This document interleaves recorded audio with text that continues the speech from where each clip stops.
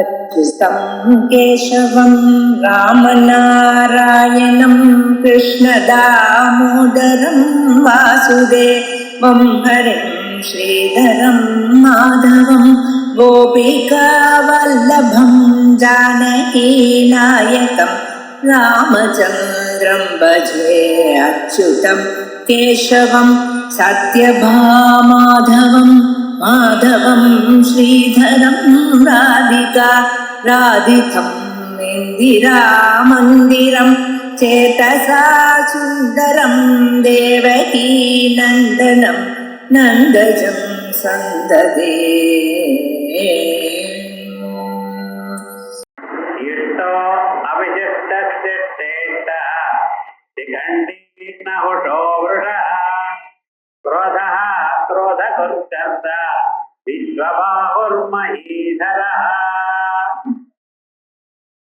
பகவானுடைய திவ்யமான சஹஸ்ரநாம ஸ்தோத்திரத்துல 47வது ஸ்லோகம் 308வது நாமாவிலிருந்து ஆரம்பிக்கிறது. அதுல சில நாமாக்கள் பார்த்தோம். பகவன் நாமாக்கள்லாம் வேதத்தில் இருக்கிற நாமாக்கள். யாரு வேதாத்தியனம் பண்ணலையோ அவளும் பகவானை துதிக்கிறதுக்கு வசதியாக வேதத்துல இருக்கிற நாமாக்களை இடிப்பியால எடுத்து ஒரு மாலையா கட்டி பகவானுக்கு அர்ப்பணம் பண்ணியிருக்கார்.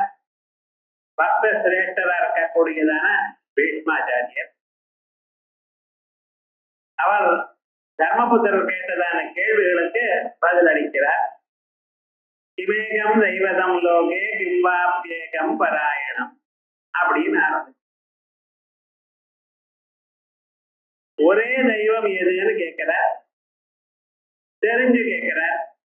ஏன்னா தர்மபுத்திரரும் வேதாத்தியனம் பண்ணியிருக்கார், இல்லாம அறிந்தவர். இருந்தாலும் மனசுக்கு ஒரு கவலை. படிப்பு வேற, ஆனந்தம் வேற, அனுபவம் வேற. இந்த ஒரு கவலையினால் அவருக்கு யாராவது சொன்னாதான் அது புரியும். விஷயம் தானே தெரிகிறது, ஆனா மனசுல கவலை போகல. அதுக்கு ஒரு பெரியவர் சொல்லணும். எப்படிப்பட்டவர் சொல்லணும்? ஸ்ரோத்ரியம் பிரம்மனிட்டம், வேதாத்தியனம் பண்ணினவர், அனுபவித்துக் கொண்டிருக்கிறவர். அவர் சொன்னாதான் புரியும். அனன்யம் புரோக்தேகதிரத்ர நாஸ்தி, ஆத்மானுபவத்தோடு இருக்கிறவர் சொன்னாரையானால் மனசு சாந்தமாக குளிர்ச்சி அடையும். அதற்காக கேட்கிறார். அதை கேட்கும் பொழுது வேற என்ன சொல்வார்? உள்ள அனுபவம் இருக்கு, அதே அனுபவத்தை தான் அத வேதத்துல சொன்ன பிரகாரமாக அதே நாமாக்கள்லயே எடுத்து சொல்லணும்னு ஆரம்பிக்கிறார். ஒவ்வொன்னா சொல்லிட்டு வர்றார் பகவான் நாமாக்களை. நாமாக்களை தர்மபுத்திரர் புரிஞ்சுக்கணும்னு இல்லை, தான் அனுபவிச்சுட்டு சொல்றார். அந்த நாமாவை சொல்லும் பொழுது ரொம்ப இஷ்டமானவர் பரமாத்மா. என்ன இஷ்டம்? நமக்கு எல்லாம் எது இஷ்டம்? கொஞ்சம் யோசனை பண்ணி பாருங்க. ஒவ்வொருத்தரும் சொல்லுவார், எனக்கு அது இஷ்டம், இது இஷ்டம் அப்படின்னு சொல்லுவார். நிஜமா இஷ்டம் தன்னுடைய பிராணம் தான், தன்னுடைய ஆத்மா தான். ஆத்மா சர்வார்த்த பிரியம். நமக்கு பிராணம் போகக்கூடியதான் நிலைன்னா காசா இருக்கட்டும், மற்ற எந்த பதார்த்தமாகட்டும் விட்டுடுறோம். எல்லோருக்கும் அந்த ஆத்மாவனிடத்துல அவ்வளவு பிரியம். அந்த ஆத்ம வடிவமா பகவான் இருக்கார். ஏல் அவருக்கு இஷ்டா. அதோட மட்டும் இல்ல, அவிசிஷ்டா. இன்னொரு இல்லாம எல்லோரு இடத்துலயும் இருக்கார். பணக்காரனோ ஏழையோ, ஆணோ பெண்ணோ, வயசானவரோ குழந்தையோ, நல்லவரோ கெட்டவரோ பாகுபாடு கிடையாது. எல்லோரு இடத்துலயும் இருக்க, அந்தரியாமையா இருக்க, ஆனந்தமா இருக்க, சாட்சியா இருக்க. உங்க மனசுல என்னென்ன எண்ணங்கள் தோணுகிறதோ அந்தந்த எண்ணங்களை எல்லாம் அவர் பார்த்து கொண்டிருக்கிறார். பிரதிபோத விரிதம் மதம் அமிர்தத்வம் விந்ததே ஆத்மனா விந்ததே வீரியம் வித்யா விந்ததே விரதம். அப்படி ஆத்ம வடிவமா இருக்க, நம்ம எண்ணங்களை அறிந்து கொண்டிருக்கார். ஆகையால் தான் அவருக்கு அவிசிஷ்டான்னு. அதோட இல்ல சிஷ்டாளுக்கு இஷ்டமானவர் அல்லது சிஷ்டால் அவருக்கு இஷ்டமா இருக்கிறார். ஏன்னா லோகத்துல பக்தாள் எல்லோரும் உங்களை ஏன் தெரிஞ்சுக்கலையேன்னு கேட்கிறார் அர்ஜுனன். பதில் சொல்றார், நாகம் பிரகாச சர்வஸ்ய யோகமாயா சமாவிரதா, யோகமாயினால் மறைக்கப்பட்டுள்ளேன், ஆயால் எல்லோரும் என்னை அறியவில்லை. அப்ப யாரும் அறிய மாட்டாளா? அறிய முடியாதா? அப்படி இல்லப்பா. சதுர்விதா பஜந்தே மாம் ஜனாத்சுகிருதினோர்ஜுனா, 4 விதமான மனுஷியார் என்னை அறிகிறார்கள். யாரு? ஆர்த்தோ ஜிக்ஞாசுரர் சார்த்தி ஞானி ஜபரதர்ஷபா அப்படின்னு அந்த பக்தனா இருக்கிறவன் பக்தாள் எல்லோரும் என்ன அறிகிறார். அந்த பக்தாள் எப்படி இருக்க? சிஷ்டலா இருக்க. பகவான் எதை சொன்னாலோ அதை பண்ணிட்டு இருக்க. பகவான் நாமாவை சொல்லிட்டு இருக்க. எப்பொழுதும் பகவான் இடத்துல பிரீதியை வைத்துக் கொண்டிருக்க. ஆயால் அவளுக்கு என்னிடத்துல இஷ்டம், ஆயால் எனக்கும் அவளிடத்துல இஷ்டம். பிரியோஹி ஞானினோ அத்தியர்த்தம் அகம் சஜ மம பிரியா அப்படின்னு அவ என்ன உதிர வச்சுருக்கா, பிராண வச்சுருக்கா, அபிமானத்தை வச்சுருக்கா. ஆயால் எனக்கும் அவளிடத்துல ஒரு பிரீதி அப்படின்னு. சரி, அப்ப பகவான் எப்படி இருக்காரு? கண்டி பகவானுக்கு ரொம்ப ஆபரணங்கள்லாம் வேண்டியதில்லை. நேச்சுரலா அழகு. அழகில்லாத வாளுக்கு ஆபரணமா, அழகுள்ள வாளுக்கு ஆபரணமா கொஞ்சம் பார்க்கணும். அழகில்லாதவாள் ஆபரணம் போட்டுட்டா அது அழகில்லே நல்லா எடுத்துக்காட்டும். ரொம்ப அழகா இருக்கிறவாளுக்கு ஆபரணம் வேண்டியதில்லை. ஆபரணம் இல்லாமலேயே அழகா இருக்க. இந்த ஆபரணம் அது வேஸ்ட் தான், இருந்தாலும் போட்டுக்கிறேன். பகவானுக்கு ஆபரணம்னா ஆபரணங்கள் பகவானால அதுக்கு ஒரு அழகா அடைகிறது. பகவான் எப்பொழுதும் சாட்சாத் மன்மத மன்மத கோபிகள்லாம் சொல்லும் பொழுது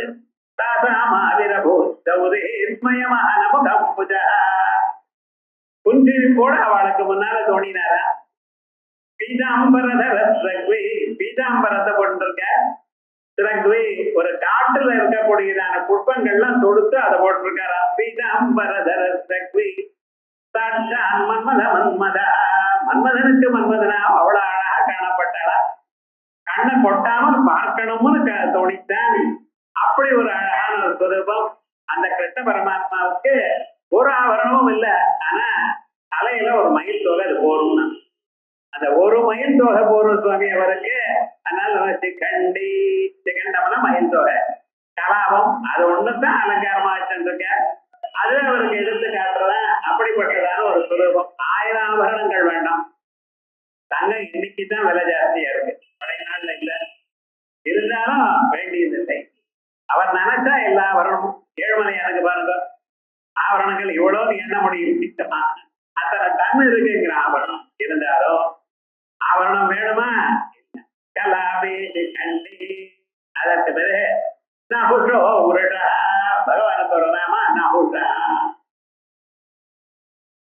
நக்கியதி பூதானி மாயையா, எல்லா பிராணிகளையும் மாயினால கட்டுப்படுத்துறார். அது பார்க்க இவ்வுலகத்துல மனுஷியால் ஒருத்தர் சேர்ந்து இருக்காரு. ஒரு குடும்பம்னு சேர்ந்திருக்கேன். ஆத்துக்காரி, பொருடன், குழந்தைகள், மாட்டு பண்ணு, என்னதான் இருந்தாலும் சேர்ந்து இருக்குமோ இல்லையா? இப்ப தனித்தனியா டிசைன் ஆனாலும் ஒரு கல்யாணம், கார்த்திகை எல்லாம் ஒரு வந்து சேர்றோமோ இல்லையா? இது சேர்றதுன்னு இங்கிருந்து வந்திருக்கு. இதான் ஒரு பந்தம்னு. நமக்கு சேர்ந்தவா, நம்ம பந்துக்கள், நாம எல்லாம் ஒன்றா இருக்கணும் அப்படின்னு ஒரு மனசுல ஒரு எண்ணம் இருக்கு. பார்த்தீங்களா? எங்கேயோ அமெரிக்கால பையன் பொண்ணும் மாட்டு பொண்ணும் மாப்பிள்ளையும் இருந்தாலும் அவ மனசு இங்கதான் இருக்கு. இங்க இருக்க மனசு அங்கேதான் இருக்கு. ஒரு மாயன் புதுக்கூட வாங்கினாலும் அட மாட்டு பொண்ணை காமிக்கணுமேங்கிறான், பொண்ணுக்கு கொடுக்கணுமேங்கிறான். அப்ப என்னாச்சு? ஒரு பண்டிகைன்னா தீபாவளியில பொண்ணு கொடுக்கணுங்கிறான். பொண்ணு அங்கிருந்து எங்க அம்மா சௌக்கியமா இருக்காளான்னு நினைக்கிறான். இவைகள்லாம் இப்படிப்பட்டதான ஒரு மனசுல எண்ணங்கள் எங்கிருந்து வந்தது? இந்த மாயினால பந்தம். இந்த பந்தம் வேண்டியதுதான். ஏன்னா இந்த பந்தமானது நம்ம பார்த்து பிறகு இந்த பந்தத்தை நாம் வேற இவாளிடத்துல மாறிக்கொண்டிருக்கிற பொருள்கள்ல வைக்கப்படாது. இந்த பந்தம் பரமாத்மானுடைய காலடியில வைக்கணும் எனக்கூடியதான எண்ணம் நமக்கு வரணும். அதற்காகத்தான் இந்த பந்தம். முதல்ல அம்மா, அப்பா, அண்ணன், தம்பி, ஆத்துக்காரி இவாள்ல இருக்கிற பந்தம் எல்லாம் பின்னால என்ன தோணும்? இவைகள்லாம் மாறக்கூடியதான பொருள். வினஸ்யத்து அவினஸ்யந்தம் எப்பஸ்யதி தபஸ்யதி கொண்டிருக்கக்கூடியதான பொருள்கள்ல மாறாம ஒருவர் இருக்கார் அல்லவா, அவர் இருக்கிற தொட்டுத்தானே இவர் இடத்துல எல்லாம் நமக்கு ஒரு பிரியம் ஏற்பட்டது. அப்படிப்பட்டதான ஒரு பரமாத்மாவின் இடத்துல நாம் மனத்தை செலுத்தணும் எனக்கூடியதான எண்ணம் வரும். அதற்காகத்தான் இந்த பந்தங்கள் சேர்வது. இந்த பந்தங்களை எடுத்து பரமாத்மான்றது நம்ம வைக்கணும். அப்படி பந்தத்தை வைத்தோமே, பரமாத்மான்றது நம்ம மனசை செலுத்துமே என இனிமேல என்ன ஆனாரு வேற இடத்துக்கு செல்லாது. ஆகையால் அப்படிப்பட்டதான ஒரு ஸ்வரூபம் நமக்கு காட்டி கொடுத்தவர் நகுடர்.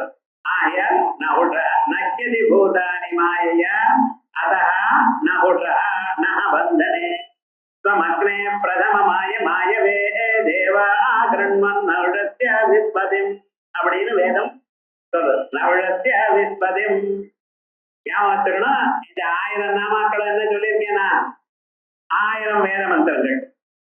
இந்த நகுஷங்கிற பதமானது வேதத்துல ருக்வேதத்துல வருது. அதை எடுத்து இங்க போட்டிருக்கேன். ஒவ்வொரு மந்திரமும் எங்கெங்க வருது என்ன ஏது நம்ம தெரிஞ்சுக்கணும். சாதாரணமாக சில நாமாக்கள் உபனிஷத்துகள்ல வரும். உபனிஷத்துகள்ல நமக்கு பிராயான கேட்டு இருக்கிறதுனால உபனிஷத்துல ஓஹோ இங்க இருக்கு அப்படின்னு தெரியும். அல்லது உபனிஷத்துல அந்த வாக்கியம் சொன்னாலும் புரிஞ்சு போயிடும். ஆனா இந்த நகுஷங்கிற பதம் எந்த உபனிஷத்துல வருது? அதனாலதான் ருக்வேதத்துல வந்திருக்கு. அப்படி என்ன சொல்ற, இந்த நகுஷன் எனக்கூடியவர் ரொம்ப சிரமப்பட்டு வாழ்க்கையில முன்னேறினவர். ஆகையால் தான் இவரை நாமாவை தானே எடுத்துருக்காரு. பிரதம மாயு மாயவே தேவா கிருண்மன். தேவதைகள்னா இந்த மாயினால பந்திக்கப்பட்டதான நகுஷனை சரிபடுத்து மறுபடியும் நகுஷத்ய விஸ்பதிம் அப்படின்னு கேட்டாரா. இந்த நகுஷன்கிறவரை பத்தி கொஞ்சம் பார்ப்போம். மகாபாரதத்துல வனபர்வாவில இதை பத்தி விசேஷமாக சொல்லியிருக்கேன். நகுஷனை பத்தி சந்திரவம்சத்துக்கு சேர்ந்த ராஜா அவர். சந்திரனிடத்துல இருந்து 5வது தலைமுறைக்கு சேர்ந்தவர். சந்திரனுடைய பேரன், பேரனுக்கு பேரன், அப்படி 5வது தலைமுறை. ஆயுது பேர் அவருக்கு. அவருடைய பிள்ளை நகுஷன். அநேக யாகங்கள் பண்ணியிருக்கார். ராஜா சக்கரவர்த்தி நிறைய யாகங்கள் பண்ணியிருக்கார். பிறகு அஸ்வமேத யாகத்தையும் பண்ணினார். அஸ்வமேத யாகத்தினுடைய பலமாக பிரம்மலோகத்துக்கு போனார். இந்திர பதவி வேணும்னு இந்திர பதவி கிடைச்சது. அப்ப இருக்கிற இந்திரன் கிளம்பி போயாச்சு. இந்த இந்திரன் இருக்கார். இந்த இந்திரன் என்ன பண்ணினார், கர்வம் வந்தார். உலகத்துல இருக்கிற எல்லோரோட வசதி வேணா.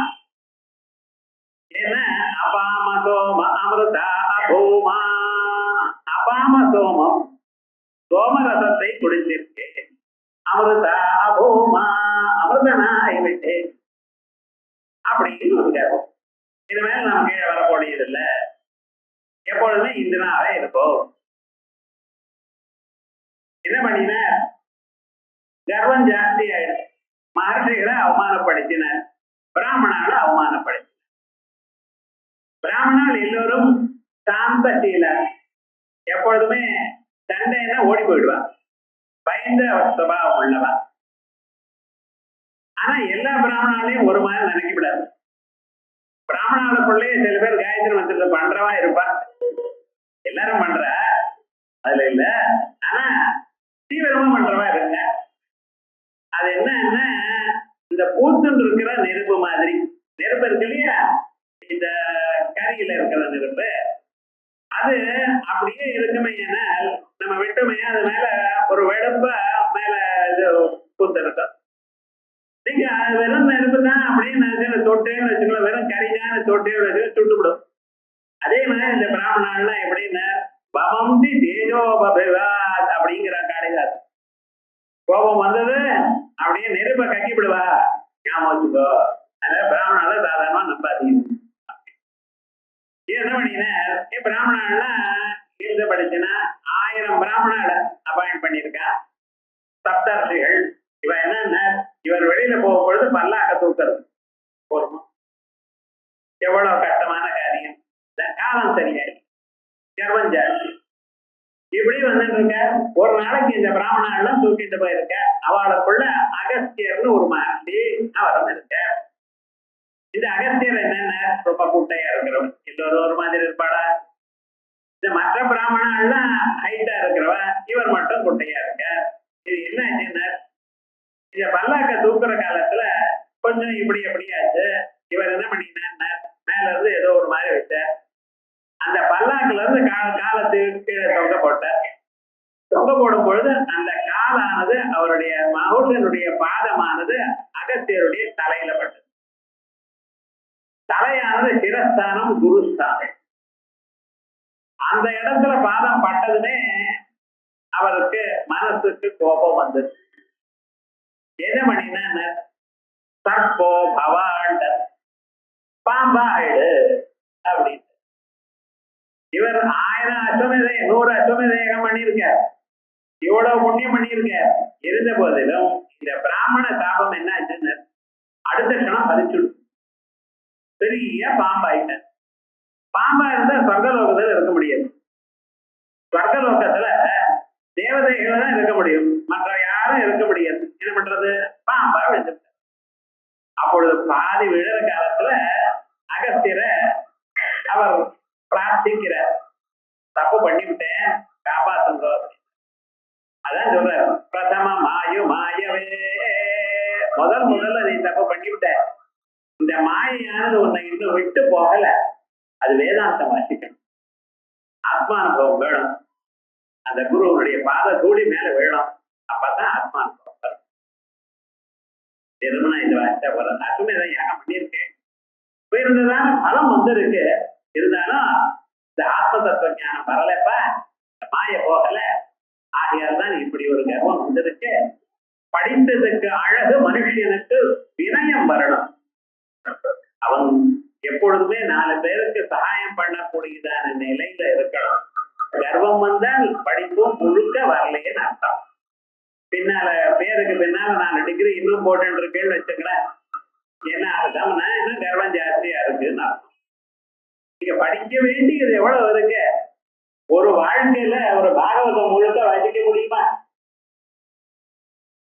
அத்தனை ஸ்லோகமும் வாசித்து அது அர்த்தத்தை புரிஞ்சுட்டு அதுல என்ன விஷயங்கிறது அறிய முடியுமா? ஒரு வாழ்க்கையில ராமாயணம் முழுக்க என்ன ரகசியத்தை அறிய முடியுமா? என்ன வாழ்க்கை இது, முடியவே இல்லையே. ஆனா நம்ம என்னமா ரொம்ப கர்வமா நான் அதை பண்ணினேன் இது பண்ணேன்னு நினைக்கிறீங்கப்பா. நீ இப்ப வருந்துகிறேன். ஆகையால் உனக்கு என்ன சொல்றேன், ஒரு மகாத்மா உனக்கு ஆத்ம தத்துவத்தை சொல்ல, அப்பொழுது உனக்கு விமுக்தி ஏற்படும். மறுபடியும் இதே பொசிஷனுக்கு வருவன். மறுபடியும் தேவதை இல்ல, மறுபடியும் இந்திரனாவே வருவன். இப்ப நடுவுல டெம்பரரி எவ்வளவு ஆயிடுது அப்படின்னு அவர் கேள்விட்டார். காட்டுல காமிய கவனம்னு ஒரு வனம், அந்த வனத்துல கோடியில படுத்துட்டு இருக்க. அவருக்கு ஒரு வரம் வேற கொடுத்திருக்க. சாயங்காலம் 4 மணில இருந்து 6 மணி வரைக்கும் யார் வந்தாலும் அவ உங்களுக்கு இறையாயிடுவான். அவ எவ்வளவு பலசாலியா இருந்தாலும் அதெல்லாம் உங்களுக்கு கணக்கில். அவ பலமெல்லாம் உங்க கிட்ட வந்ததுன்னா உங்களுக்கு வந்துடும் ஒரு முன்னம். ஏன்னா இது பாம்பு, இங்க எங்கேயும் போகாது, போறதே இருக்கும். மலை பாம்பு, அதுக்கு ஆகாரம் வேணுமே. என்ன பண்றதுன்னு யாரு கிட்ட வராளோ அவளுடைய பலமெல்லாம் உங்களுக்கு வந்துடும். அவ ஒண்ணும் பண்ண முடியாது. உங்க வாயில போய் அப்படியே பிராண விட வேண்டியதுதான். ஒரு ஆளு பார்த்தீங்கன்னா இந்திர பதவியில எவ்வளவு இதுவோ அதே மாதிரி சுக்கம் அங்க இருக்கு. ஆகாரத்துக்காக எங்கேயும் போக வேண்டாம், ஒரு இடத்துலயே படுத்துட்டு இருக்கோம். தானா வரும், வந்து அதனுடைய பலமெல்லாம் ஒண்ணும் இருக்காது, தானா கடிச்சு சாப்பிட வேண்டியதான். அப்படி ரெஸ்ட் எடுத்துட்டு இருக்க வாரம் முழுக்க. ஆனா இவருக்கு பழைய ஞாபகம் எல்லாம் இருக்கு. இவருக்கு நாவுட்டாரு. ஏன்னா நான் பந்தனைங்கிற தாது, வந்தவாள்லாம் பந்திக்கிறார் பாருங்க. இப்படி அந்த மலையில படுத்துட்டு இருக்க, பெரிய வாய் இருக்க, வாயை திறந்துட்டே இருக்க. இப்படி இருக்கிற காலத்துல பாண்டவாள் 11 வருடம் 10 வருஷம் அவ வனவாசம் ஆயிடுச்சு. இது முதல்லயே வனப்பரவாவிலேயே வருது. கடைசியில நடக்கக்கூடியதான ஒரு யுத்தம் மட்டும்தான் 18 பருவாக்கள்ல பீஷ்ம பருவால இருந்து ஆரம்பிச்சு 14 பருவாக்கள். இதெல்லாம் முன்னால இருக்கிறதுல ரொம்ப சிம்பிள். 11 வருஷம் கிடையாது, 10 வருஷம் ஆயிடுது, 11வது வருஷம் அர்ஜுனன் விசேஷமாக தபஸ் பண்ணி பரமேஸ்வரனை சந்தோஷப்படுத்தி பாசுபதாஸ்திரத்தை வாங்கிட்டு வந்திருக்கான். இவெல்லாம் ஆனந்தமாக குபேர பவனத்துல இருந்து ஆரம்பிச்சு துவைத்த வனத்துக்கு வந்திருக்க. துவைத்த வனத்திலிருந்து காமிக வனத்துக்கு போகணும் என்று முயற்சி பண்ணிட்டு இருக்க. ஒரு நாளைக்கு பீமசேனன் அப்படி கிளம்பின, ஒண்டியா கிளம்பின. கையில வில்லு அம்பு வச்சுட்டு இருக்கான், உரையில கத்தியை வச்சுட்டு தொங்கிட்டு இருக்கு. ஏன் சொல்ல வந்தேன்னா, இவைகள்லாம் அவனுக்கு பிடிச்ச ஆயுதம் இல்லை. அவனுக்கு பிடிச்ச ஆயுதம் கதாயுதம் தான். அன்னைக்கு என்னமோ அதை எடுத்துன்னு போகல, இது எடுத்துன்னு போயிட்டு இருக்கான். போற இடத்துல என்னடா பெரிய பெரிய மரங்கள்லாம் புடிங்கி தள்ளிட்டு இருக்கான். இவனுடைய காலடியை கண்டு சிம்மம், அங்க இருக்கக்கூடியதான மற்ற பிராணிகள் எல்லாம் ஓடுறதான். ஏன்னா அப்படி சத்தம் பண்ணிட்டு போயிட்டு இருக்கேன். எனக்குத்தான் விசேஷமான பலம் இருக்கு என்று நினைத்து கொண்டு எல்லாரையும் பயமுடுத்து போயிட்டு இருக்கேன். இப்படி காலமல்ல இவனுக்கு ஒரு சந்தோஷம். இவனை கண்டு 4 பேர் ஓடுறான்னா ஒரு பயம், இவனை கண்டு ஓடினான்னா அதுக்கு அவனுக்கு ஒரு சந்தோஷம். இப்படி போயிட்டு இருக்கேன். என்னன்னா ரஜோகுணம் ஜாஸ்தியா. இப்படி போய் சாயங்காலம் ஒரு 4-4:30 மணி இந்த பாம்பு இருக்கிற இடத்துக்கு போனான் சார். போனதுமே என்ன ஆச்சுன்னு, உடம்பு முழுக்க வேட்டு கொட்டிட்டு ஒண்ணும் தெரியல, உடம்புல ஒரு பலமும் இல்லை. ஆனந்தமா போய் பாம்பு வாயில போய் விழுந்துட்டான். இது வரைக்கும் சும்மா இருந்த பாம்பு அதனுடைய பீமசேனன் அப்படியே குடிச்சுட்டு எடுத்து அவரை அப்படியே கட்டிடுது. இப்ப பாக்கலாம், திமிரி பாக்கலாம், அதை முடிச்சுட்டு வெளியில வரணும்னா ஒண்ணு முடியல. பாருங்க, 1000 யானைக்கு எவ்வளவு பலம் உண்டோ அவ்வளவு பலமா பீமசேனனுக்கு. அவன் சாப்பிடுறதே இதற்கு முன்னால என்ன சொல்லியிருக்க, ஒரு என்ன 5 பேரும் சேர்ந்து கொண்டு வருவாளாம்.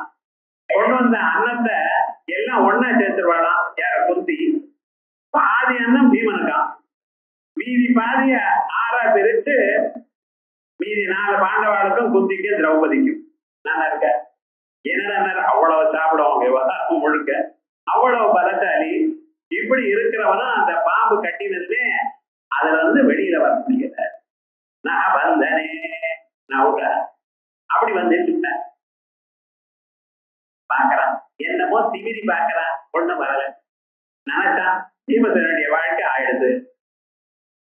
எந்த ஒரு பீமசேனன் தனக்கு சமானமான பலசாலி உலகத்துல இல்லை என்று கருதினானோ, துரியோதனன் கொள்வதற்காகவே நான் தெரிய உடம்ப வளர்த்து கொண்டிருக்கேன் என்று கருதினானோ, அப்படிப்பட்டதான பீமசேனன் ஒன்னும் பிரயோஜனம் இல்லாம ஒரு பிராணியினுடைய வாயில பிராண விட்டானே. ஆஹா, இத்தனை நாளா எங்க அண்ணா தர்மபுத்திரனுக்கு தர்மத்தை தைரியத்தை நான் கொடுத்துட்டு அவர் அப்பப்ப டிப்ரெஸ் ஆயிடுவார். ஏன்னா தான் தானே தோத்து போனார் அந்த சூதாட்டத்துல, தன்னாலதானே இவ்வளவு கட்டம் வந்திருக்கு, மறுபடியும் ஜெயிக்க முடியுமான்னு கவலைப்படுவார். அப்பப்பெல்லாம் தான் பக்கத்துல இவன் தான் இந்த பீமசேனன் தான் அவருக்கு ரொம்ப தைரியத்தை கொடுத்துட்டு வந்தவர். இது மேல பிரயோஜனம் இல்லை, ஏன்னா பீமன் இல்லையே போயிட்டானே, அவ்வளவுதான் கட்டினார் படம். நகுல சகாதேவனுக்கு எப்பொழுதுமே இவன் நல்லது சொல்லி கொண்டே இருப்பான். அவளும் இந்த மேல பிரயோஜனம் நம்மகிட்ட நம்பி இருக்க மாட்டான். ஆனா ஒண்ணு, இந்த அர்ஜுனன் இருக்க பாருங்க, அவனை எப்பொழுதும் நம்ப முடியாது. அவனை ஜெயிச்சு யுத்தத்துல ஜெயிக்கிறதுங்கிறது சாதாரணமான காரியம் இல்லை. எப்படியாவது அவன் ஜெயிச்சு தர்மபுத்திரருக்கு ராஜ்யத்தை கொடுத்துடுவார், அதுல சந்தேகம் இல்லை. ஆனா வாழ்க்கையில இன்னொருத்தரை பத்தி தான் நான் கவலைப்படணும். ஏன்னா எங்க அம்மா குட்டி மாத்தா, என்னை விட்டு இருக்க முடியாது அம்மாவுக்கு. ஏன்னா தினந்தோறும் பீமனுக்கு ஏதாவது தகராறு வருமோன்னு தான் பயப்படுவார். வெளியில போயிட்டு இருந்தா ஏன்னா சும்மா இருக்க மாட்டாங்க, யாரோட சண்டை போட்டு இதை வாங்கிட்டு வருவான். அதனால எப்பொழுதுமே ஜபம் பண்ணிட்டு இருப்பாளாம், கிருஷ்ணன் நினைச்சிட்டு இருப்பாளாம். என்னன்னா பீமன் சௌக்கியமா இருக்கணும். மற்றவர்கள்லாம் தப்பிச்சுன்னு வந்துருவா. பீமசேனன் போனா எங்கேயாவது ஒரு தகராறுல மாட்டிட்டு கவலைப்பட்டு 4 பேரை கொண்டுட்டு வருவான். எப்ப வந்தாலும் அவனுக்கு ஒரு ஆபத்து இருக்கு அப்படின்னு பயந்துட்டு இருப்பா. அந்த அம்மா என் மேல வந்துட்டு இருக்கா, நான் பிராண விட்டது ரொம்ப கவலைப்படுவாளே அப்படின்னு நினைச்சு என்னென்னமோ நினைச்சிருந்தா இதான் ஒரு கவலைன்னு வந்துருச்சு. நம்ம நினைச்சிட்டு உலகத்துல என்னென்ன நடந்ததோ அத்தனையும் ஞாபகம் வரும். இன்னைக்கு என்ன கவலை வந்திருக்கோ என்ன கவலைப்படணும், நீங்க இன்னைக்கு என்ன ப்ராப்ளம் வந்து இல்ல, சின்ன வயசுல அப்படி நினைச்சேனே இப்படி நினைச்சேனே அப்படி ஆச்சு. இதான் மனுஷனுடைய சுபாவம். இந்த மனசு எல்லாத்தையும் கவலை போட்டுட்டு ஒருபட்டு ஒரே கவலையோட இருக்கா. இப்படி கவலைப்பட்டானா? சரி, தர்மபுத்திரருக்கு அவர் இருக்கிற இடத்துல அபசகுனங்கள் ஏற்பட்டது, நரி ஊழையிட்டது, பட்சைகள்லாம் அப்பிரதட்சிணமாக சுத்திட்டு, இடது கண்ணும் இடது தொடையும் அடைய ஆரம்பிச்சது. அடடா, இது என்னமோ தகராறு. திரௌபதி கூப்பிட்டு பீமன் எங்க அப்படின்னு கேட்கிறார். காலமே போனார், அப்படியே வெளியில போயிட்டு வரேன் போனார், இன்னும் வரல. இருந்தாலும் பார்த்தாராம், இந்த வேலை பிரயோஜனம் இல்லை, ஏதோ தகராறு நடக்கிறது அப்படின்னு நினைச்சிட்டு, இவருக்கு இந்த கதையெல்லாம் தெரியாது, அவர் படகவர் இருக்காரு ஒரு இடத்துல. என்ன பண்ணினார், அங்க இருந்து ஆரம்பிச்சு சௌமியனை கூட்டு வந்திருக்கேன். பக்கத்துல புரோஹிதன், ஞாபகம் வச்சுக்கணும், எப்பவும் நம்ம போகும் பொழுது நம்ம வாத்தியார நினைக்கணும், அவர் அழைச்சுன்னு போகணும். ஏன்னா எப்பொழுதும் நல்லது கொடுப்பார். புரோஹிதன் பேர். அக்னமேல புரோஹிதம் புரஹிதம், வாழ்க்கையில நமக்கு முன்கூட்டியே நல்லதை நாடுபவர், அதாவது அவருக்கு புரோஹிதன். நீங்க வாத்தியார் வந்துட்டார், தண்ணி எழுதி ஸ்நானம் பண்ணுங்கிறார். வாத்தியாரை பார்த்தா ஸ்நானம் பண்ண முழுக்க அப்படித்தானே சொல்றோம் நம்ம. வாத்தியார்னா எவ்வளவு வசதின்னு பார்க்கணும். அவரை அழைச்சிட்டு நம்ம போனார், காட்டு வரைக்கும் தேடிட்டே போனார். எங்க தேடுவார்? பாதியில போகும்பொழுது பெரிய பெரிய கால யானையுடைய காலடி பார்த்தாராம். ஓஹோ, அதுக்கு பின்னால பீமசேனுடைய காலடியும் பார்த்தார். ஓஹோ, இந்த பக்கம் தான் போயிருப்பார். நடந்துட்டு போயிட்டே ஒரு மணி நேரம் நடந்த பிறகு தெரியறதா அங்க பீமசேனன் பாம்பால கட்டப்பட்டு இருக்க. அதெல்லாம் என்ன ஆச்சு, இவருக்கு ஆச்சரியமாயிட்டான். பீமசேனன் தான் ஏதாவது உபதிரவம் பண்ணிருப்பானோன்னு பார்த்தா, பீமசேனனையே கட்டதான ஒரு பதார்த்தம் கண்டு பார்க்க நினைத்து பார்த்தது இல்லையே அப்படின்னு கவலைப்பட்டு அந்த பாம்பை கேட்கிற. என்ன ஆச்சு என்ன? இப்ப சொல்ற, ராஜா தர்மபுத்திரரே, நீ ரொம்ப பெரியவர் அப்படின்னு. என் பேர் உங்களுக்கு எப்படி தெரியும்? எப்படி தெரியுமோ அது அப்படி இருக்கட்டும், நானும் உங்க மாதிரிதான் ரொம்ப பெரியவர், அஸ்வமேத யாகங்கள்லாம் பண்ணினேன், இந்திரனா ஆனேன், தலைக்கு நல்ல அலங்காரம் எரிந்து அகஸ்தியரை அவமானப்படுத்தினேன், அங்கிருந்து பாம்பா கீழே விழுந்தேன். எனக்கு ஒரு வரம் உண்டு, சாயங்காலம் 4 மணிக்கு மேல யார் இந்த பக்கம் வந்தாலும் அவளுடைய பவர் எல்லாம் எனக்கு வந்துடும். உங்க பவரும் எனக்கு வந்துருது. நீங்க தப்பிச்சுட்டு போக முடியாது. நீங்க என்ன சண்டை போட முடியும் உங்களால? பீமசேனன் விட மாட்டேன். அப்ப அவர் கேட்கிற, என்னதான் உங்களுக்கு வேற ஏதாவது ஆகாரம் கொடுக்குறேனப்பா, என்ன ஆகாரம் வேணுமோ கேட்டப்போ நான் தரேன், பீமசேனன் விட்டுருக்கோ அப்படின்னு சொல்லும் பொழுது நான் விட்டு சொல்றேன், இல்ல எனக்கு பீமசேனன் தான் வேணும். ஆனா ஒண்ணு சொல்றேன், நான் கேட்கிற கேள்விக்கு பதில்கள் சொன்னேன், அப்பொழுது வேணா விட்டுடுறேன் அப்படின்னு. கேளுங்க தர்மபுத்தர், நீங்க பாரதத்துல யக்ஷ பிரஸ்னம் தான் கேட்டிருக்கேன், ஆனா இத கேட்கல. அப்ப கேட்கிற நவுஷம் பீமசேனனை கேட்கிற, பிராமணன்னா யாரு? இப்ப சத்திரியனை முடிச்சுட்டு இருக்காரு, பிராமணன்னா யாரு? ஒரு மனுஷன் வாழ்க்கையில மானிடனா பிறந்ததுக்கு அவர் அறிந்து கொள்ள வேண்டியதான விஷயம் எது? ரெண்டு கேள்வி கேட்டார். அப்ப தர்மபுத்திரன் சொல்ற, யார் இடத்துல சத்தியம், தானம், தயா, சீலம், ஆச்சாரம், க்ஷமா இவைகள்லாம் இருக்கோ இவன் பிராமணன். அந்த இடம்னா யாரு? உண்மையை சொல்றவன், 4 பேருக்கு ஹெல்ப் பண்றவன், எப்பொழுதுமே இனிமையாக பேசுறவன், வேதாத்தியனம் பண்ணிட்டு இருக்கிறவன், மனசுல பொறுமையோட கூடி இருக்கிறவன், இவைகள்லாம் இருக்கிறவனுக்கு அந்த இடம்னு பேரு. ஓஹோ, வாழ்க்கையில அறிய வேண்டியது என்னன்னு, ஏகோ விஷ்டமாத்போதம் பிரதக்போதான்யநேகத அப்படின்னு அந்த ஆத்ம தத்துவத்தை அறியணும். உபனிஷதேக வேண்டினான் அந்த பரம்பொருளை அறியணும் அப்படின்னு சொல்லி அதற்கு பிறகு அவன் சந்தோஷம். அதுக்கு மேல சில கேள்விகள்லாம் கேட்கிற, இந்த வியவஸ்தையெல்லாம் போயிடுமே அதை இதுன்னு கேட்ட, எல்லாத்தையும் கேட்டதுமே அப்புறம் அந்த நவுட்டர் சந்தோஷப்பட்டு, உங்களை பார்த்ததுனால என்னுடைய சாப விமோசனம் ஏற்பட்டு போயிடுது, அவர் பரம்பொருளை அறிந்தால் சாபம் போகும்னு சொன்னேன், நான் கேட்டேன், பரோட்ச ஞானம் வந்தது, என்னுடைய சாபம் போயிடுது அப்படின்னு சொல்லி அந்த நகுஷன் மறுபடியும் சில கேள்விகள் தர்மபுத்திரரை கேட்கிறார். அப்பொழுது தர்மபுத்திரர் விசேஷமாக அவருக்கு பதில் சொல்ற. இப்படி அவளுக்கு ஏற்பட்டதாக ஒரு சம்பாதம். அந்த சம்பாதத்தினால என்ன ஆச்சு, அந்த நகுஷனுடைய அஞ்ஞான பந்தம் போயிடுது. வித்யதே ஹிருதய கிரந்தி வித்யந்தே சர்வ சம்சயா. கிரியந்தே சாஸ்ய கர்மாணி தஸ்மின் திருஷ்டே பராவரே அப்படிங்கிற ஒரு தத்துவம் வச்சாங்க. அப்படி இந்த ஆத்ம தத்துவம் அவருக்கு ஏற்பட்டு மறுபடியும் அவர் இந்திரனான ஆகையால் தான் இந்த நகுஷஸ்வரூபம் ரொம்ப வசதி அப்படின்னு சொல்ற. அதுதான் அந்த வேதத்துல இருக்கக்கூடியதான அம்சம். இத புராணங்கள்ல நிறைய சொல்லியிருக்கு. அந்த நாமாவை பகவான் தானா எடுத்துட்டாரா. அதான் நக்கியதி பூதானி, பிராணிகளை பந்திக்கிறார் மாயையா, மாயினால். அதஹா நகுஷா, அதனால பகவானுக்கு என்ன பேரு? நகுஷன். ஆகையால் நகுஷன் ஏதோ கதை தெரியும், ராஜாவை தெரியும், அவ்வளவுதான் நமக்கு தெரியும், நகுஷ சக்கரவர்த்தின்னு. இந்த நாமாவை தானே எடுத்துட்டு இருக்கிறா பகவான். நகுஷா. அதற்கு பிறகு விருஷா, காமானாம் வர்ஷணா, விருஷா தர்மா. காமானாம் வர்ஷணா, எல்லா ஆசைகளையும் அப்படியே கொட்டுறாராம். நீங்க எதை நினைச்சாலும் அதை நிச்சயமாக கொடுக்கிறவர். அதனால அவருக்கு என்ன பேரு? வருஷா, மழைன்னு பேரு பகவான். வருஷா விருஷா வருஷா தர்மா.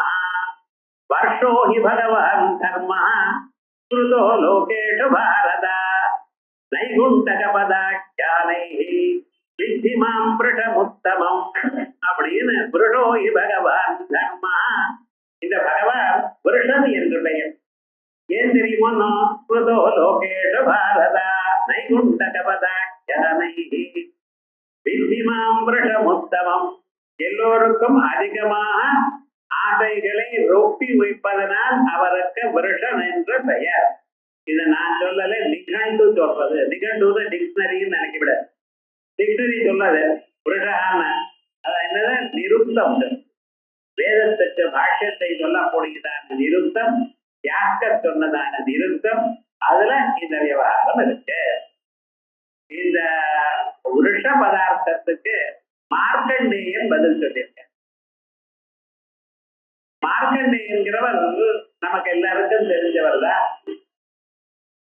அவர் சின்ன வயசுலயே 16 வயசு இருக்கிற காலத்துல அவருக்கு அவ்வளவுதான் வயசுன்னு சொன்னா யம தர்மராஜா வந்தார். எல்லோரும் மாதிரியும் அவரையும் எடுத்துன போகணும்னு வந்தார். என்ன பண்ணிட்டு இருக்க? அந்த மார்க்கண்டேயனுடைய அம்மா அப்பா ரொம்ப கவலையோட இருந்தாளா. மார்க்கண்டேயன் கேட்கிற, ஏனப்பா கவலையோட இருக்கேன்னு. இல்லப்பா, உனக்கு 16 தான் வயசுன்னு சொன்னா இன்னைக்கு 16 பூர்த்தியாகுது. உங்களை விட்டு நான் எப்படி இருக்கணும்? இருக்க முடியாது எங்களால அப்படின்னு கவலைப்பட்டு இருக்கீங்கிற. அப்படியா? காலகாலம் பிரஜாபதி திருநேத்திரன் ஒரு ரிஷபாரூடன் அவர் இருக்கும் பொழுது நான் ஏன் கவலை பண்ணணும்? கபாலி கையில் இருக்கும் பொழுது ஏன் கவலைப்படணும்? கேட்டீங்க இல்லை? ஆகையால் நீங்க ஒண்ணும் கவலைப்பட வேண்டாம். பகவான் பவாய தேவாய நமஹா, கர்வாய தேவாய நமஹா அப்படின்னு பகவான் வெல்வங்களை வச்சுட்டு காலை விழுந்து நமஸ்காரம் பண்ணிட்டு இருக்கார்.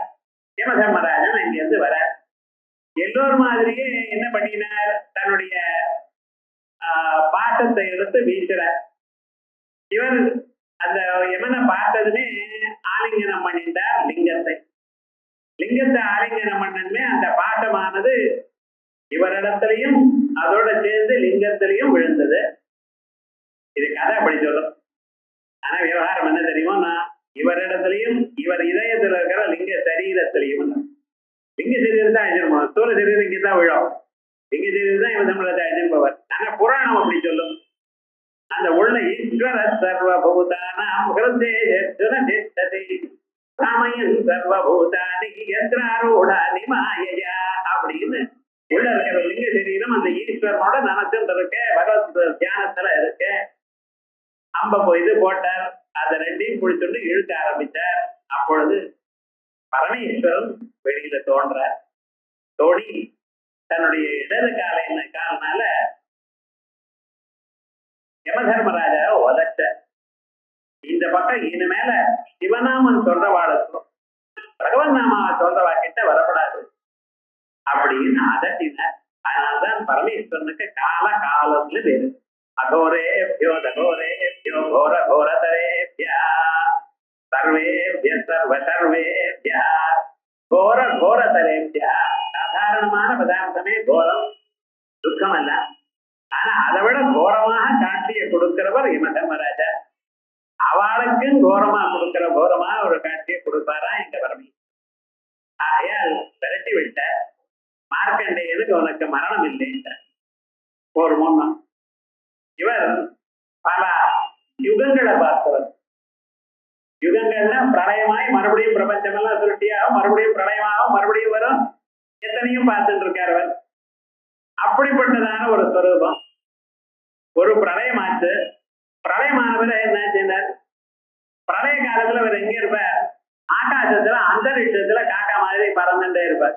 இந்த பூந்து முழுக்க ஜலமா இருந்த எங்கேயுமே இடமே இல்லையே உட்கார்றதுக்கு. அப்படி பல வருஷங்கள் இருக்க, 1000 வருஷம் 2000 வருஷம் வெறும் ஜலம்தான் இருக்கும். பிரளய பயோ திஜலே பிறவழி. அதற்கு பிறகு அந்த ஜலமெல்லாம் கொஞ்சம் கொஞ்சமா போன பிறகு அங்கே இறங்கி வந்த பூமியில இறங்கி இருக்கிற ரொம்ப களைச்சு போயிட்டார். பகவானையே தியானம் பண்ணிருக்கார். அப்படியே பார்த்துட்டு இருக்காரு. பார்த்துட்டே இருக்கும் பொழுது எட்டி ஒரு இடத்துல அங்கே மரங்கள் கொடிகள் ஒண்ணுமே கிடையாது. ஆனா வெகு தூரத்துல பார்த்தா ஒரு ஆலமரம் இருக்கு. அந்த ஆலமரத்துல ஒரு ஆலை இலை. அந்த இலையில பகவான் கராரவிந்தே நபதாரவிந்தம் முகாரவிந்தே வினிவேஜயந்தம் படஸ்ய பத்ரஸ்ய புட்டே ஜயானம் பாலம் முகுந்தம் மனதஸ்மராமி அப்படின்னு அந்த இலையில படுத்துட்டு ஒரு சின்ன குழந்தைய படுத்துட்டு இருக்கேன். இவருக்கு ஆச்சரியம். ஏன்னா இது பிரளயமா இப்பதான் வந்திருக்கு. இப்ப நிறைய பிரளயத்தை பார்த்திருக்கேன்னா ஒண்ணும் இல்ல.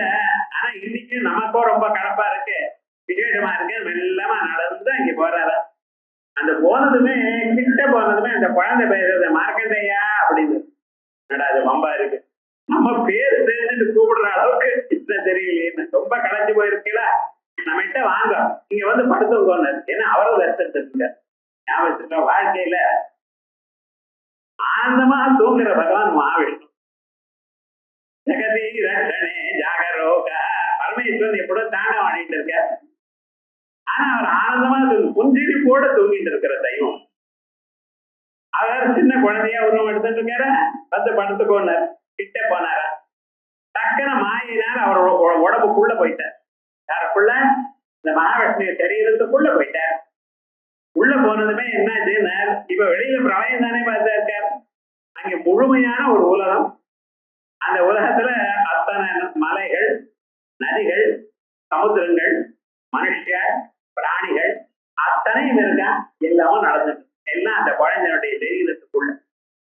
அங்கிருந்து கொஞ்சம் மேல எட்டி போறார். சொர்க்கலோகம் காணப்பட்டது. இப்படி எல்லா லோகங்களையும் பார்த்தாரா மார்க்கண்டேயன். பார்த்துவிட்ட வழியில எல்லாம் வந்தாச்சு. அப்புறம் ஒரு பேக்காத்து அடிச்சது. அந்த பேக்காத்துனால வெளியில வந்து விழுந்துட்டாரா. அப்ப சொன்னாரா, நீங்க பார்த்த இதெல்லாம் என்னுடைய மாய. நீங்க பார்த்ததான சகல உலகங்களும் இது போல உலகங்கள் எனக்குள்ளேயும் இருக்கு, வெளியிலையும் இருக்கு அப்படின்னு சொல்லி அவருக்கு இன்னைக்கோ சில வருஷங்களுக்கு முன்னால அவர் மனசில் பகவானுடைய மாயையை பார்க்கணும்னு ஒரு எண்ணம் இருந்ததுதான் மார்க்கெட்டிங். அதனால அத்தனையும் காமிச்சேன்.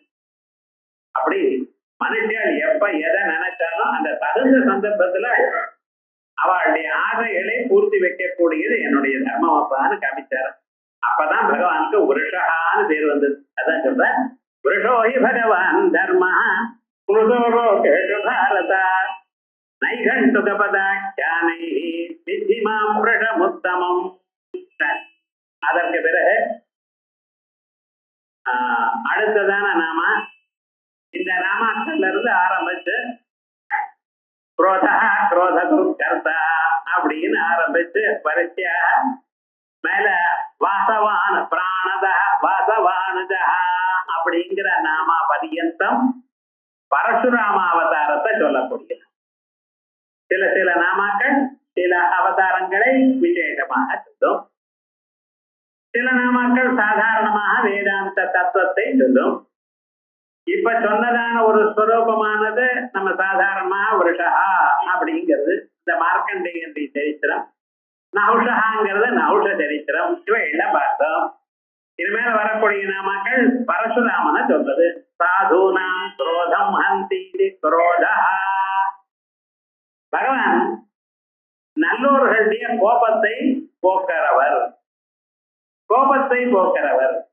ஏன்னா ஞாபகம் வச்சுக்கணும், நமக்கு நம்ம மனசுல இருக்கக்கூடியதான தர்மங்களையோ அல்லது அதுல இருக்கக்கூடியதான டிஃபெக்டையோ அந்த தோஷத்தை நம்மளால போக்க முடியல. ஏனென்றால் மனசை நிறுத்துவதற்கு மனிதனுக்கு புத்தி வேணும். அந்த புத்தி இருக்கு, ஆனா புத்தியானது மனசுக்கு அடங்கி போயிடுது. நமக்கு மனசு சொன்னபடி புத்தி கேட்கறது. சினிமாக்கு போகணும்னு ரைட்டு போகணுங்கிறது புத்தி. ஆனா போகப்படாது, நான் சொன்னபடிதான் நீ கேட்கணும்னு சொல்லக்கூடியதான தைரியம் புத்திக்கு இல்லை. அந்த புத்திக்கு அந்த தைரியம் எப்பொழுது வரும்? நீங்க வேதாந்தத்தை கேட்டேன்னா இதுதான் ரைட், இப்படித்தான் இருக்கணும். காலமே எழுந்து ஒரு 4:30 மணிக்கு பச்சை தண்ணியில குளிச்சுட்டு பகவானை போய் பார்த்துட்டு பகவானுக்கு பூஜை பண்ணிட்டு வரணும்னா 2 மாசம் ஆகட்டுமே பெண்ணு. இந்த குளிர் காலத்துலதானே இந்த தர்மங்கள்லாம் அப்படிங்கிறது புத்தி. விவகாரம் என்ன? இப்பத்தானே பண்ணணும். ஏன்னா இந்த சரீரத்துக்கு எதையும் தாங்கக்கூடியதான ஒரு திறமை வேணும். நீங்க அப்படியே வெளியில வந்தது, பனியில வந்ததுமே சளி பிடிச்சிருமோ, நிமோனியா வந்துருமோ அப்படின்னு என்ன வந்துடும். ஒண்ணும் ஆகாது சுவாமி அப்படின்னு எழுந்து போய் பஜனையில போய் நில்லுங்க, 4 தடவை மாட விதியை சுத்திட்டு வாங்க, சௌக்கியமா இருக்கும். ஏன்னா இந்த மனுஷனுடைய சரீரம் இருக்க எல்லா சந்தர்ப்பத்துக்கும் ஒத்துக்கொள்ளக்கூடியதான சரீரம். இமாலயத்துல மனுஷியால் இல்ல, பிராணிகள் இல்ல, அதுக்கு யார் பெட்ஷீட் கொடுத்தா? நீங்க போர்வை போத்துக்கிறேன், இமாலயத்துல பிராணிகள்லாம் இருக்கு, ஆடு மாடு இருக்கு, அது எப்படி வாழறது? கொஞ்சம் ஞாபகம். நம்ம சரீரத்துக்குள்ளேயே தடுப்பு சக்தி இருக்கு, ஆனா அதை நம்ம உபயோகப்படுத்துறது இல்லை. அதே போல நமக்கு புத்தி சக்தி இருக்கு. பகவான் எல்லோருக்கும் புத்தியை கொடுத்திருக்க, உபயோகிக்கலன்னு ரைட் டைரக்ஷன்ல உபயோகப்படுத்தல. நமக்கு இன்னைக்கு இருக்கக்கூடியதான கவலை என்னன்னு, எல்லோரும் இன்டெலிஜென்ட். அடுத்த ஜெனரேஷன் இன்டெலிஜென்ட் கோஷன்ட் ரொம்ப நன்னா தான் இருக்கு, இமோஷனல் கோஷன்ட் அதை விட ஜாஸ்தியா இருக்கு. ஆனா ஒன்னே ஒண்ணு, நாம அவளுக்கு எது நல்லது எது கெட்டதுன்னு சொல்லித்தர தெரியல, நமக்கே தெரியல. அதனால்தான் வேதத்தை விருதி பண்ணுன்னா வேதத்துல என்ன இருக்குன்னு சொல்றோம் சொன்னீங்கன்னா அவளுக்கு புரியும். சுவாமி நீங்க புரியல, அது என்ன சம்ஸ்கிருதத்துல ஏதோ பாட்டா பாடிட்டு இருக்கா, நமக்கு புரியாத பாட்டேன்னு விட்டுறான். வேத கோஷம்னா ஓஹோ நல்லா இருக்குங்கிறான், ஒரு நமஸ்காரம் பண்ணிட்டு போயிடுறான், அவ்வளவுதான். அது தெரிஞ்சுக்கணும்னு ஒரு ஆசை இல்லையே. காரணம் என்ன? நம்ம சொல்லிட்டாரு. அதே மாதிரி நமக்கு நம்ம வாழ்க்கையில வரக்கூடியதான சுக துக்கங்கள், மனசுல இருக்கக்கூடியதான காமக்ரோதங்கள், இதை ஜெயிப்பதற்காக வேண்டியதான புத்தி சக்தி நாம் வரவழைத்துக் கொள்ளவில்லை. அதை எப்படி வரவழைத்துக்கணும்? அந்த புத்திக்கு நீங்க இன்ஃபார்ம் பண்ணணும். உபனிஷத்துகள்னாலையும் தர்மத்தினாலையும் இதை இப்படித்தான் பண்ணணும், வாழ்க்கையில கட்டம் வந்த போதிலும் நாம் நல்ல வழியிலேயே இருக்கணும் அப்படின்னு அதுக்கு சொல்லி கொடுத்தடையானால் அந்த புத்தியானது மனத்தை தடுத்தும். ஆத்மானம் பிரதி நம்பித்தி சரீரம் ரதமேவதோ புத்தி சாரதிம் வித்தி மனப்பிரகிரகமேவத. புத்திங்கிறவன் சாரதி. அந்த சாரதி கையில மனசுங்கிற ஒரு கடிவாளம் இருக்கணும். அந்த கடிவாளத்தை இழுத்து புத்தி பிடிச்சதையானால் பிறகு புலன்கள் எனக்கூடியதான குதிரைகள் நல்ல வழியில ஓடும். இந்த புத்திக்கு தான் அது தெரியலையே, அது பாட்டுக்கு அந்த கடிவாளத்தை விட்டு எடுத்து புலன்கள் பாட்டுக்கு அந்த குதிரைகள் அது இஷ்டமான இடத்துக்கு போயிட்டே இருக்கு. ஆனா இந்த மனசுல இருக்கக்கூடியதான ஆசைகள், கோபங்கள், குரோதங்கள் இவை எல்லாம் தடுக்கணுமே ஆனால் அதுக்கு அந்த புத்தி வேலை. அந்த குரோதா மனசுல ஆசை இருக்கு, ஆசை தடப்பட்டால் கோபமாகிறது, கோபமானது ஜாஸ்தியானால் குரோதமாகும். குரோதம்னா ஒரு வெறி, அவனை தீட்டு கட்டித்தான் முடிப்பேன். எனக்கு என்னிடத்துல வாழாட்டுறானே, வாழை ஒட்ட ஆரம்பேன், இப்படி எல்லாம் அப்பப்ப கேட்கிறான். மனுஷன் சொல்றது கேட்கிறோம் இல்லையா? ஏன் உமக்கு பகவான் பார்த்துக்க மாட்டாரா? ஒரு நல்லவருக்கு ஏதாவது ஆபத்து வந்ததுன்னா விடுவார, சொல்லுங்க பாக்க, ஒரு நாளும் விட மாட்டேன். அது தெரியும். ஒரு அரக்கன் கோவிலுக்குள்ள போன பரமேஸ்வரனை அடிச்சான், பரமேஸ்வரன் சிரிச்சுட்டு இருக்க சொல்ல மாட்டான். அப்புறம் கொஞ்ச நேரம் ஆச்சு, அப்படியே கர்வத்தோட வந்தான், வெளியில வந்தான், நந்தீஸ்வரன் தலையில தாமரை கொடுப்பாரு, அதெல்லாம் ஒரு அடி அடிச்சான். என்ன பண்ணின? அவன் முதுகுல பெரிய அடி விழுந்தது, கீழே என்னடா ஆச்சுன்னு, என்ன அடித்தே பொறுத்துண்ட என் பக்தன் அடிக்கலாமா? அவனுக்கு அவ்வளவு பக்த சம்ரட்சணே சர்வதா சர்வகாலமும் பக்தனை காப்பாற்றணுங்கிற இடத்துல அவருக்கு ரொம்ப பிரியம். சத்தியம் விதாதும் நிஜ பிரத்யபாஷிகம். தன்னுடைய பிரித்யன் ஒரு வேலைக்காரன் பக்தன் நம்பினவன் அவனுக்கு ஒரு தீட்டு நடக்கிறது நான் சகிக்க மாட்டார் பகவான். அப்படி நமக்குள்ள இருக்கக்கூடியதான குரோதத்தை போக்கடுமையானால் அவரை நாடணும். அவர் என்ன பண்ணின? குரோதத்தை அறுத்தார். நம் மனசுல இருக்கக்கூடியதான அழுக்கு, நம் மனசுல இருக்கக்கூடியதான கோபங்கள், இவைகள் எல்லாம் போக்குறதுக்கு நீங்க அவனை சரணாகதி பண்ணணும். மாமேவை பிரபத்தியந்தே மாயாமே தாம் சரந்தித்தே. பகவானை நாடினால் பகவான் நம் மனசுல இருக்கக்கூடியதான கோபத்தை, நம்மளால போக்க முடியாததான ஒரு குரோதத்தை தான் அறுந்து விடுவார். குரோதாகார அங்குஷோஜ்வலா. அம்பாள் கையில அங்குஷம் இருக்கிறதா தாங்கள் தியானம் பண்ணினடையான இந்த மனசுல இருக்கக்கூடியதான குரோதம் போயிடும். குரோதமானது அங்குஷம் மாதிரி. இந்த யானைப்பா கையில ஒரு அங்குஷம் வச்சுட்டு இருப்பான். அந்த யானையானது இப்படி இப்படி வேலை வந்து ஒரு குத்து குத்துவான். அப்ப தானா சொல்ல பேச்சு கேட்கும். அதே போல நம்ம கோபம் வந்தது ஏனால் அம்பாளை நினைக்கும், கோபம் போயிடும். அதனால அங்குஷத்துக்கு மந்திரம் என்ன? அது என்ன அம்முங்கிறேன்? அதுவ அம்முங்கிறதே அங்குஷ பீஜம். அம்பாளா அப்படி சொல்றது மந்திரத்தை. அதனால அங்குஷம் அந்த தர்பத்தினுடைய நுடி எப்படி இருக்கோ அவ்வளவு கூர்மையா இருக்க. இந்த ஓங்காரத்தை ஜபம் பண்ணும் பொழுது மாண்டூக்கிய உபநிடத்துல ஆ ஊ அப்படின்னு சேர்த்து சொல்லிருக்கு. அதுல முதல்ல இருக்கிற ஆ இருக்கு பத்தில அந்த மந்திர சாஸ்திரத்துல அம்முன்னு சேர்த்து சொல்வேன். அந்த அம்முங்கிறத முதல்ல குரோதாதிகள்லாம். இப்படி குரோதம் போகிறதுக்காக பகவான நாடனுங்கிறதுக்காக பகவான குரோதா அப்படிங்கிற. சாதுனாம் குரோதம் ஹந்தி இது குரோதா. சாதுக்குடையதே குரோதத்தை, மனசுல இருக்கக்கூடியதான கோபத்தை, நீண்ட நாள் இருக்கக்கூடியதான கோபத்தை போக்குறவர். பரசுராமனாக அவதாரம் பண்ணினார் பகவான். அவருடைய அம்மா ரேணுகா தேவி. பித்ருவாக்கிய பரிபாலனும் நாம ராமனை தான் ரொம்ப வசதியா கொண்டாடுறோம். அப்பா சொன்னாருங்கிறதுக்காக அம்மா தலையை விட்டுட்டார் பரசுராமன். அடுத்த க்ஷணம் என்னன்னா அப்பா சந்தோஷப்பட்டு என்ன வேணும்னு கேட்கிற. எங்க அம்மா பழைக்கிட்டு வழி இல்லை. அந்த தலையை மறுபடியும் எடுத்து வைனார், பழைச்சு விடுவாங்க. அப்பா கேட்டது கொடுக்கணுமோ இல்லையோ. நிகிரக அனுகிரக சாமர்த்தியம் உண்டவருக்கு அத்தனையும் ஆச்சு. ஆனா அதுக்கு பிறகு ஒரு நாளைக்கு காத்த வீதி ஆச்சு. 1000 கைகள் அத்தனையும் மகாவீரனா வந்திருக்கார். வந்து அப்பாவை பண்ணிவிட்டார். கோபம் வந்தது இவருக்கு. இந்த ஹைஹய மகாராஜா இருக்கக்கூடியதான அவரை காத்த வீதி ஆச்சுன்னா யுத்தத்துக்கு போனார். கையில ஒரு கோடாலி தான் வச்சுட்டு இருக்காரு, அவர் ஒண்ணும் கிடையாது. ஒவ்வொரு கையா வெட்டினார் சார். 1000 கையும் வெட்டினார். அவரை யுத்தத்துல தோக்கடிச்சு விட்டார். அதற்கு பிறகு அவருக்கு ஒரு பிரசத்தை கொண்ட இந்த பூமண்டலத்துக்குள்ள எந்த கத்திரிகனா இருந்தாலும் அவனை கொல்ல வேண்டியது, ராஜாவெல்லாம் கொல்ல வேண்டியதுன்னு 21 தரம் ஆசேது ஹிமாச்சலம் நடந்து போய் ஒவ்வொரு ராஜாவோட யுத்தம் பண்ணி அவர் கொண்டு இருக்கார். என்ன விவகாரம்! அப்படி ஒரு குரோதம். கடைசியில ராமனா அதே மகாவிஷ்ணு அவதார் வந்த அவருடைய குரோதத்தை நீக்கின. நீ நீ எல்லாம் வேண்டாம், கேரள தேசத்துல மலைக்கு மேல ஒரு மகான் இருக்க, அவரை போய் பாருங்க அப்படின்னு உபதேசம் பண்ணின. அத்தனை அந்த கோடாலி அங்கேயே விட்ட. நேர கேரள தேசத்துக்கு போற, மலைக்கு மேல ஏறி போற. ஆனா அங்க இருந்தவர் உயர்ந்தவரா தோணல.